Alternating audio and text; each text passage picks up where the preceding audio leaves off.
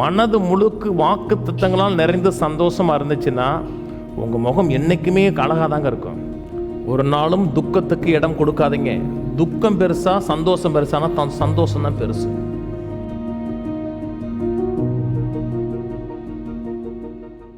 நீதிமொழி 15:13 மன மகிழ்ச்சி முக மலர்ச்சியை தரும், மன துக்கத்தினால் ஆவி. அப்போ துக்கம் ஆவியை உடைச்சிரும், மகிழ்ச்சி பாடியவே சந்தோஷமாக்கும்.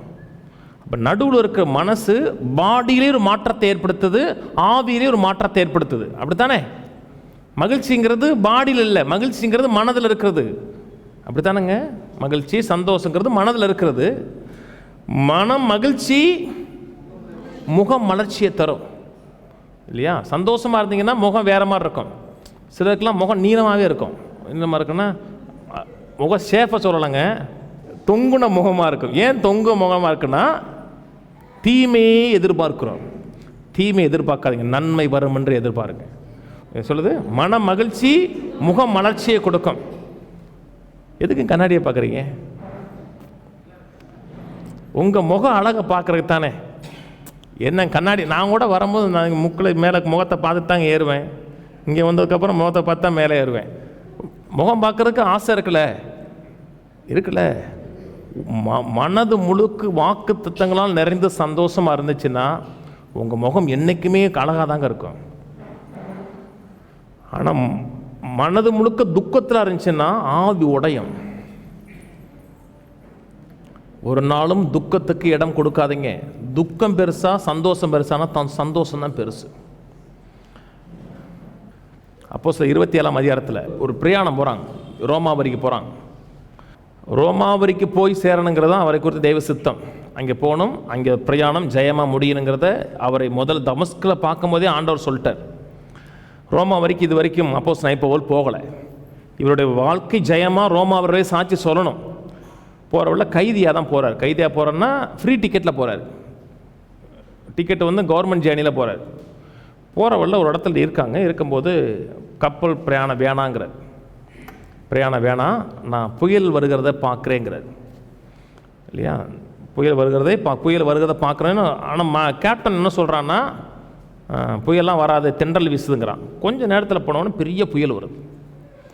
என்றைக்குமே வார்த்தையை கேட்டுட்டிங்கன்னா வீணான சேதத்திற்கு இடம் இல்லாமல் போயிடும். அநேக சேதத்துக்குள்ளே சிக்கிறாங்க இல்லையா? ஏன் சிக்கிறாங்கன்னா வார்த்தையை கேட்காததுனால. போகிறாங்க. போகும்போது புயல் அடிக்குது. கிட்டத்தட்ட 14 நாள் நினைக்கிறேன், 14 நாள் சாப்பிடாமல் இருக்காங்க. ஏன்னா உயிர் போயிருங்கிற எதிர்பார்ப்பில் இருக்கான். அத்தனை பேரும் கவலையோடு இருக்கான். திரும்பி அப்போஸ்தலன் பவுல்கிட்ட கர்த்தர் பேசுகிறார். இதில் உயிர் யாருக்கும் போகாதுங்கிறார். உயிர் போகாது, என்னை ஆட்கொண்டவரும் நான் சேவித்திருமா கர்த்தருடைய தூதனானவர் எனக்கு சொன்னார், எனக்கு சொன்னபடியே நடக்கும் என்று எதிர்பார்க்கிறேங்கிறார்.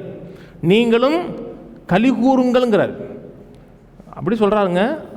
வாசிங்களேன் அப்போஸ்தலர் 27:25 ஆனபடியாக மனுஷரே திடமனதாக இருக்கு. ஆங்கில பைபிளில் சேர்ஃபுல்ங்கிறதுக்கு ஆகவே மனுஷரே சேர்ஃபுல்லாக இருங்க. சேர்ஃபுல்னா கலிகூறுங்கள்ங்கிறார் இல்லையா? உயிர் போயிரும் நினச்சோம்னா கலிகூறுதல் வராது. புயலையே பார்த்தோம்னா கவலை வரும். இவன் பேசுகிற வார்த்தையை கேட்டோம்னா கலிகூறுதல் வரும். அப்படித்தானே? புயலை பார்த்தோம்னா என்ன வரும்? பயம் வரும். புயலை பார்க்காதீங்க, பேசப்படுகிற வார்த்தைகளை கேளுங்க. போல்டாக பேசுகிறாருங்க. கவலைப்படாதீங்க, உயிர் சேதம் வரவே வராது. கப்பல் சேதம் கட்டாயம் வந்துடும். கப்பல் சேதம் வந்தாலும் உயிர் சேதம் ஒருத்தர் கூட வராதுங்கிறாரு. அதுக்கப்புறம் கீழே வாசிங்க. எல்லாம் படிக்க நேரம் இல்லை, கடைசியில் ஏற்கனவே படிச்சிருக்கோம். 37 அப்பொழுது எல்லோரும் திடமனப்பட்டு புசித்தார்கள். எல்லாரும் சந்தோஷமாக புசிக்கிறான். ஏன் புசிக்கிறான்? உயிர் போகாதுண்டு. அப்போ கவலை பெருசா சந்தோஷம் பெருசா? சந்தோஷம்தான் பெருசு. கவலையின் வல்லமையை காட்டிலும் சந்தோஷத்தின் வல்லமை அதிகம் இல்லையா?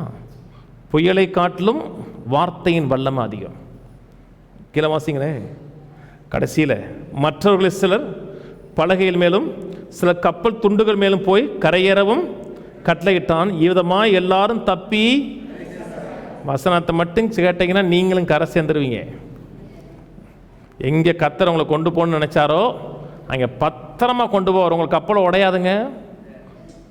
ஒருவேளை தப்பாக கேட்டீங்கன்னா கூட சில சேதம் இருக்கலாம், ஆனால் நீங்கள் போய் சேர்ந்துருவீங்க. என்னங்க, எப்பவுமே கேட்டுகிட்டே வந்தீங்கன்னா ஒரு சேதம் இல்லாமல் போயிடலாம். கப்பலும் பத்திரமா இருக்கும், பணமெல்லாம் பத்திரமா இருக்கும், வீணான விரையும் இருக்காது. நான் கேட்க மாட்டேன், அவர் கிடக்கிறாருன்னா கத்தர் இரக்கமுள்ளவர், உங்களை காப்பாற்றுவார். ஆனால் சில பண விரயம் வரும். கரெக்டாக கேட்டே வாங்க, நான் சொல்கிறத அப்படியே கேளுங்க, எல்லாவற்றையும் திருப்பிடலாம். எதெல்லாம் இழந்தீங்களோ அத்தனையும் திருப்பிடலாம். நீங்கள் செய்ய வேண்டியது ஒன்றே ஒன்று தான், மனதை சூழ்நிலைக்கு விட்டு கொடுக்காதீங்க, ஆவிக்கு விட்டு கொடுங்க. ஆவியான செயல்படுக்கு விட்டு கொடுங்க. ஆவி ஓப்பன் ஆயிரும். ஆவி ஓப்பன் ஆயிடுச்சுன்னா மனது முழுதும் ஆவியின் சிந்தை ஆயிரும். ஆவியின் சிந்தை வந்துருச்சுன்னா பலன் வந்துடும்.